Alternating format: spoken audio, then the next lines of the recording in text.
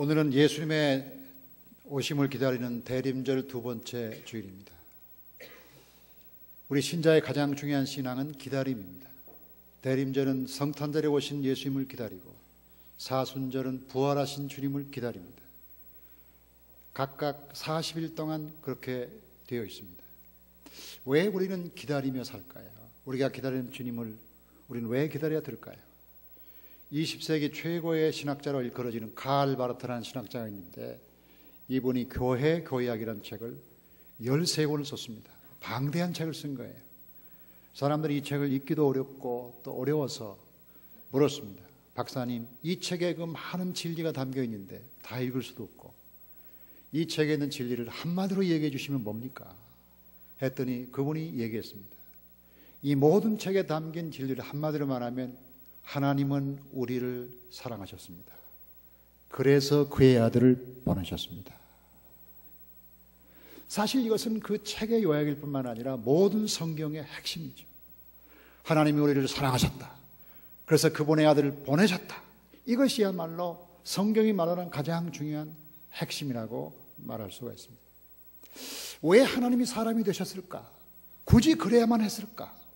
영이신 그분이 육신으로 오면 제한을 많이 받을 텐데, 아무데나 계시는 그분이 육신으로 오면 한 군데밖에 못 있는데 왜 그분은 스스로 자기를 제한했을까? 이건 우리에게 굉장한 미스테리요, 신비가 아닐 수가 없습니다. 어쨌든 우리 모든 기독교 신학의 제일 중요한 초점은 하나님이 인간이 되셨다. 여기서부터 출발합니다. 오늘 말씀 요한복음 1장 14절 보니까 말씀이 육신이 되어 그의 우리 가운데 거하심에 우리가 그의 영광을 보니 아버지의 독생자의 영광이요. 다 같이 말씀이 육신이 되어. 이 말씀이 육신이 되었다, 성육신, 말씀이 육신이 되었다고 하는 이 사실이 우리 신앙의 모든 종류의 신앙의 기본이라고 말할 수가 있습니다. 오늘 우리가 주님의 오심을 기다리는 절기에 왜 주님이 우리에게 오실까? 왜 몸을 입고 오셨을까? 하는 질문에 대하여 성경은 세 가지로 말할 수가 있습니다. 첫째로 하나님의 겸손 때문입니다. 오늘 말씀 빌립보 2장 6절부터 8절에 보니까 그는 근본 하나님과 본체시나 하나님과 동등됨을 취할 것으로 여기지 아니하시고 오히려 자기를 비워 종의 형체를 가지사 사람들과 같이 되셨고 사람의 모양으로 나타나사 자기를 낮추시고 죽기까지 복종하셨습니다. 여기에 자기를 비워 자기를 낮추시고 죽기까지 복종했다. 이걸 하나님의 자기 비움 혹은 하나님의 겸손, 이렇게 우리가 얘기를 합니다. 그러니까 모든 종류의 겸손의 원조가 하나님이세요. 우리는 겸손한 척할 수 있어요. 겸손이라는 것은 자기를 낮추고 남을 높이는 거죠. 사실은 거짓으로 자기를 낮출 수도 있고 남을 높인 척할 수가 있죠. 제가 뭐 알겠습니까? 김 집사님이 다 아시는데 저는 아무것도 아닙니다. 그러면서 속으로는 지가 더 잘났나? 내가 더 잘났지? 내가 더 많이 알지? 이렇게 할 수 있다는 거예요. 우리가 얼마든지 자기를 낮추는 것은 거짓으로 그럴싸하게 할 수가 있다는 것이죠. 그래서 진정한 의미의 겸손은 자기를 낮추는 게 아니라 자기를 없애는 겁니다. 자기를 비워야 되는 거죠. 자기를 비우기가 얼마나 어렵겠습니까?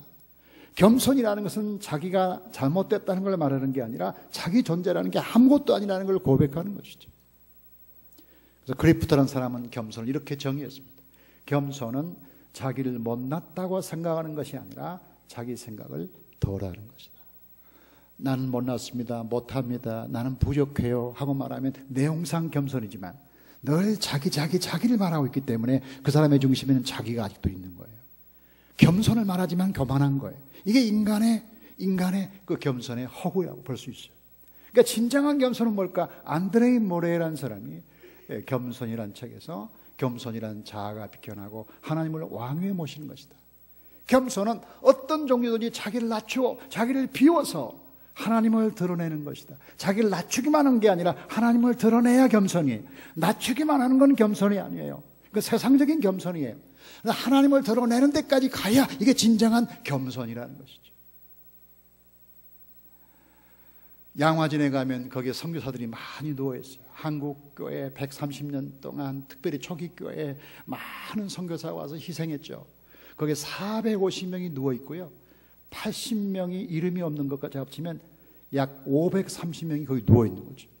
근데 그 사람들의 공통점이 뭔가 하면 우리 한국에 와서 다 자기를 비운 사람들이죠. 헤론이라는 사람은 1885년에 한국에 들어온 의사인데 이 사람은 유명한 의과대학 교수를 다 버리고 한국에 왔어요. 자기가 의사임에도 불구하고 이질에 걸려서 5년 만에 한국에서 죽어요. 이게 한국 최초의 의사였어요. 언더우드는 26세에 한국에 들어와서 총각으로 왔다가 한국에서 결혼했어요. 신혼여행도 다 그만두고 신혼여행 대신에 전도여행을 떠났어요.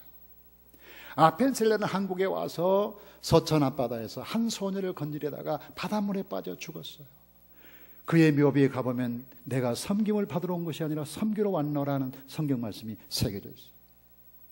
1907년 대붕운동에 기수였던 토마스 하디 목사님의 무덤을 보면 거기에 1살짜리 애가 누워있는데 자세히 보면 1살도 아니에요. 딱 태어나서 그 다음날 죽은 아들이 아버지와 함께 묻혀 있어요. 남들이 볼 때는 대붕의 주역이라고 했지만 가정에 아픔이 있었던 거죠. 자기 아들이 태어나자마자 죽는 아픔을 경험해야 했다는 것이죠. 이 모든 것은 자기 비움과 겸손이 없이는 할 수 없는 일이죠. 우리는 선교사가 아니지만 선교적 삶을 살고 있는 거예요. 그러면 하나님이 몸을 입고 오셨다는 것은 그렇게 약한 존재로 세상에 살아야 승리한다는 역설이에요. 우린 너무 강해요. 너무 강하니까 세상이 안 변한 거예요. 너무 힘을 가지고 있기 때문에 세상이 녹록치가 않은 거죠. 세상이 힘을 가지니까 나도 힘을 가져야겠다. 이게 보통 사람의 생각.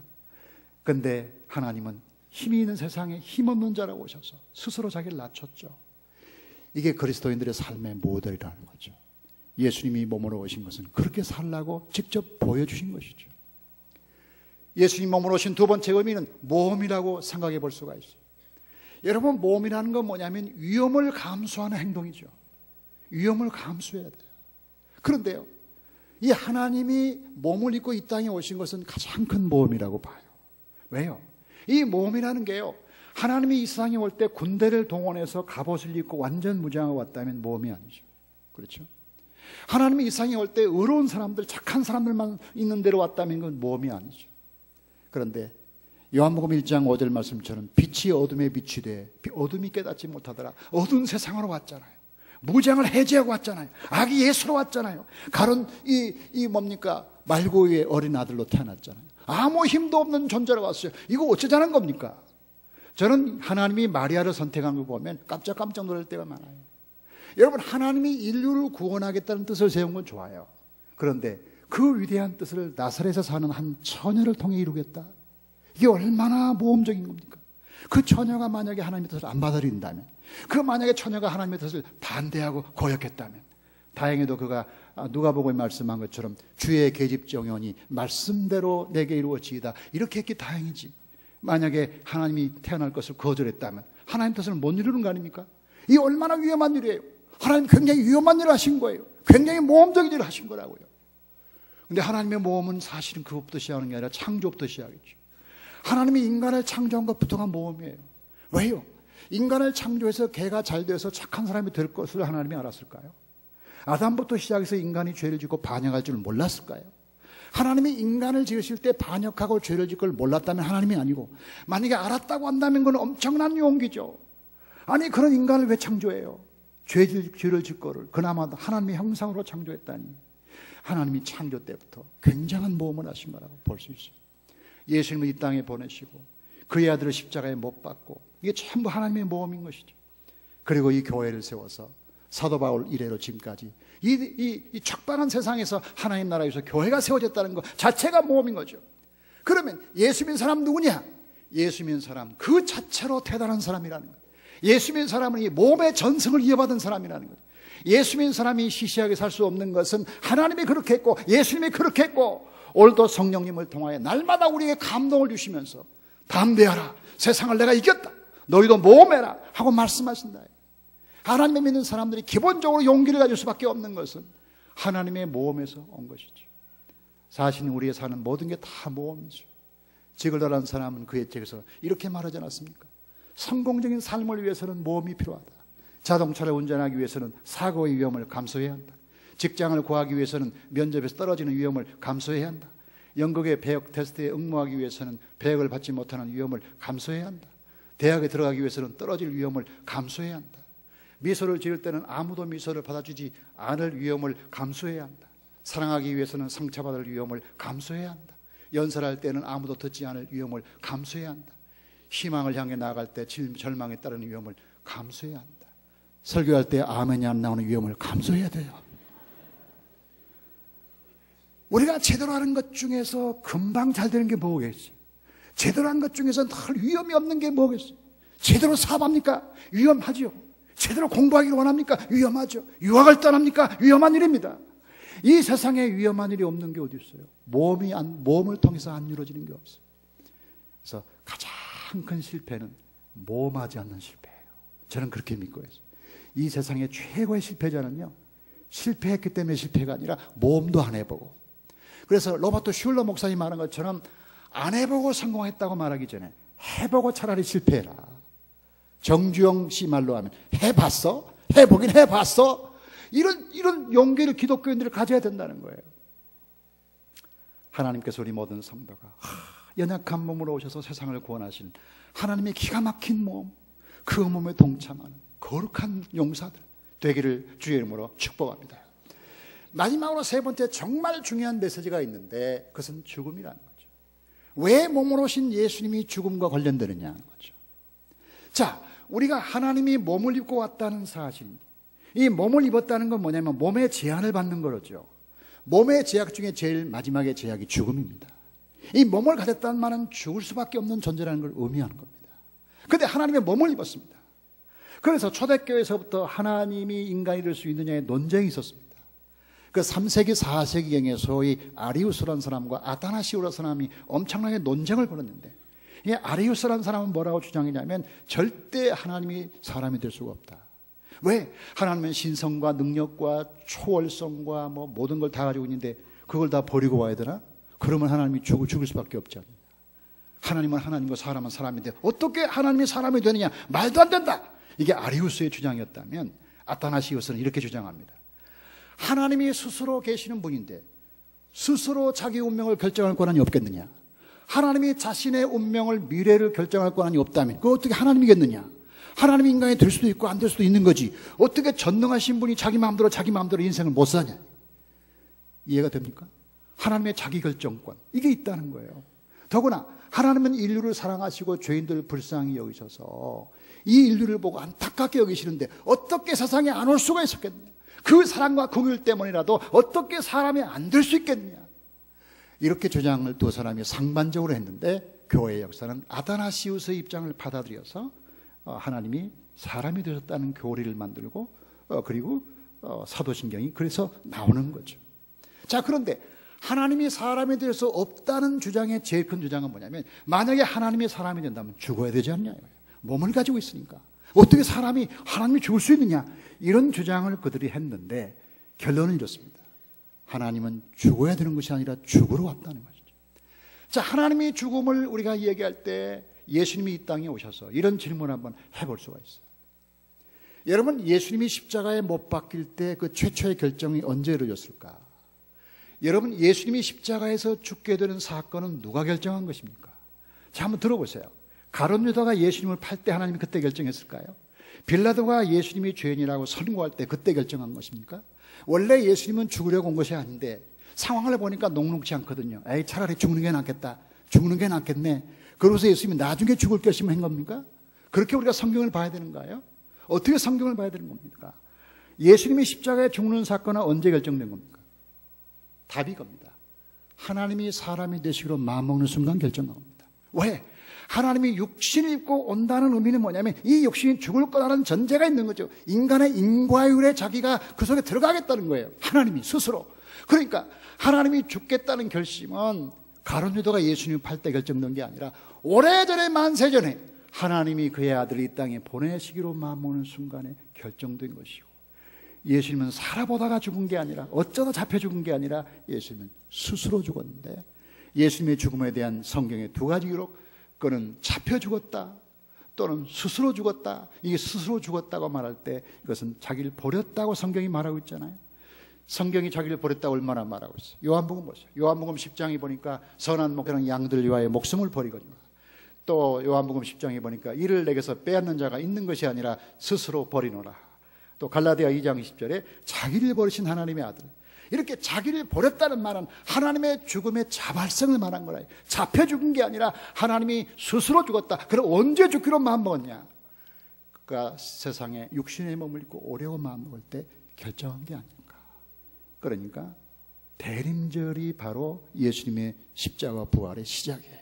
사순절에 예수님이 죽기로 결심한 게 아니라 대림절에 이미 주님이 결정한 거예요. 대림절이 중요한 거예요. 하나님이 이 땅에 오실 때 이미 십자가 사건을 결정하고 오신 거예요. 예수님이 죽기로 결심한 건 처음부터 일어난 일이에요. 제가 지난 8월에 아틀란타 다녀왔는데, 아틀란타 갔더니 그 한국 교회를 갔더니 그 주보에 칼럼을 썼더라고요.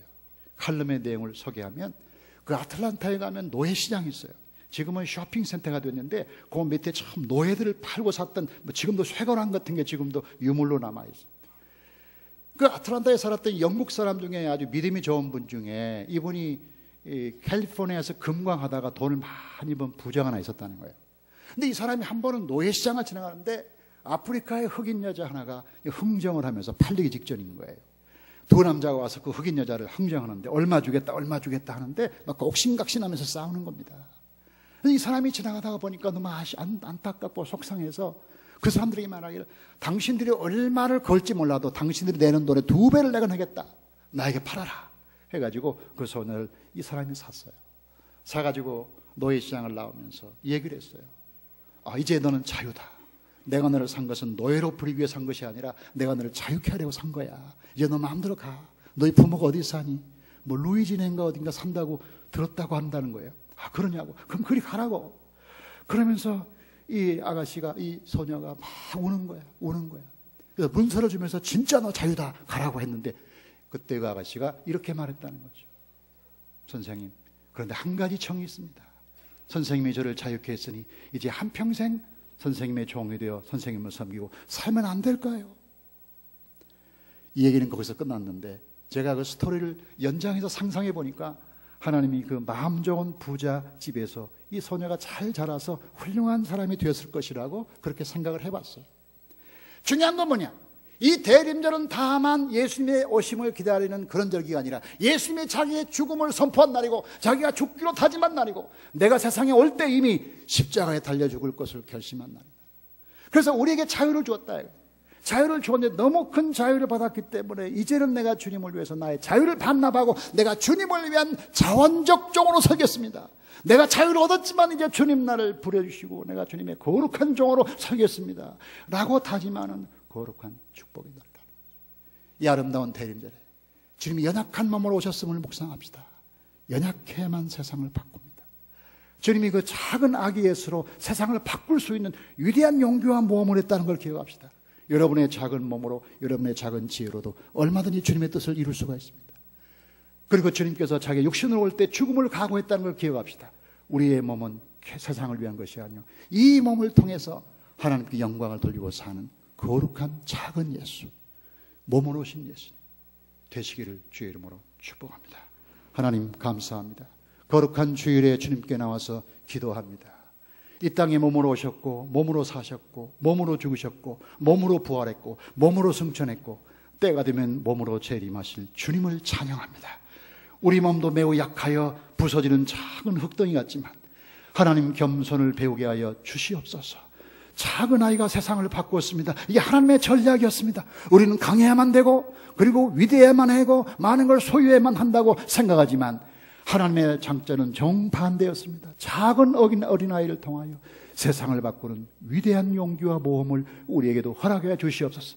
가끔 우리가 용기를 잃고 난 안 된다고 포기할 때 작은 마구간의 아기가 세상을 통치했다는 이 놀라운 사실을 묵상하게 하시오. 그리고 하나님이 몸이 되는 그 순간 그 몸을 십자가에 달기로 결심했다는 그 놀라운 사실을 묵상하면서 우리를 위해서 죽으시고 부활하신 주님을 늘 찬양하게 하시며 이제는 그분의 종으로 그분을 섬기며 살도록 우리 모든 성도에게 복의 복을 더하여 주시옵시고 우리가 오늘 먹고 마시는 성찬을 통하여 주님의 몸과 피가 우리 속에 임하여 주시옵소서. 예수 그리스도 이름으로 기도하옵나이다.